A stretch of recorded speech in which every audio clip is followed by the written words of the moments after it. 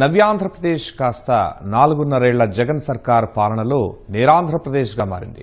ఎవరైనా అభివృద్ధిలో పోటీ పడతారు, కానీ అఘాయిత్యాలు, అకృత్యాలు, అదృశ్యాల్లో ఇతర రాష్ట్రాల కంటే ముందు వరుసలో నిలుస్తోంది ఏపీ. కుటుంబ ఆరోగ్య సర్వే లెక్కల ప్రకారం రాష్ట్రంలో 15 నుంచి 19 ఏళ్ల మధ్య ఉన్న 12.6% బాలికలు గర్భం దాలుస్తున్నారు. ఈ తరహా దారుణాల్లో దేశంలోనే ఏపీ మూడోదిగా ఉంది. ఇండియా టుడే సర్వే ప్రకారం ఏపీలో 1,33,447 మంది వ్యభిచార కూపంలో చిక్కుకున్నారు. ఇలాంటి అమానుషాల్లో దేశంలోనే రెండో స్థానంలో ఉంది ఏపీ. కొన్ని అక్కడ పేదరికం వలన కానివ్వండి, కొన్ని అక్కడ అంటే మొన్న ఒక రేపల్లె అమ్మాయి సంఘటనలో చూసినప్పుడు వాళ్ళు యాక్చువల్లీ ఇలాంటి అమ్మాయి మీద అత్యాచారం చేయాలని వచ్చింది కాదు. వాళ్ళు డ్రింక్ చేసి ఉన్నారు, వాళ్ళు డబ్బుల కోసమే అతని మీద దాడి చేశారు.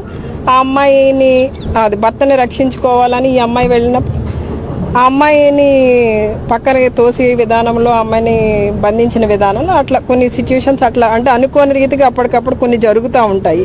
తల్లి పాత్ర మనం పోషించకుండా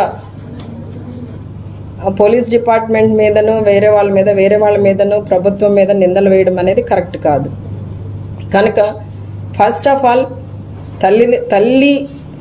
తల్లిగా మన బాధ్యతను మనం సక్రమంగా నిర్వర్తిస్తూ బిడ్డల పట్ల బిడ్డలను కాపాడుకుంటూ ఎక్కడో జరిగిన ఒక ఇన్సిడెంట్ అది పోలీస్ స్టేషన్ లో కంప్లైంట్ చేయకపోయిండొచ్చు, లేదా దిశ యాప్ ని యూజ్ చేస్తుండకపోయిండొచ్చు, లేదా ఇంట్లో కనీసం కుటుంబ సభ్యులకు కూడా చెప్పకుండా జరిగిన 1-2 ఇన్సిడెంట్ని భూతద్దంలో చూపించి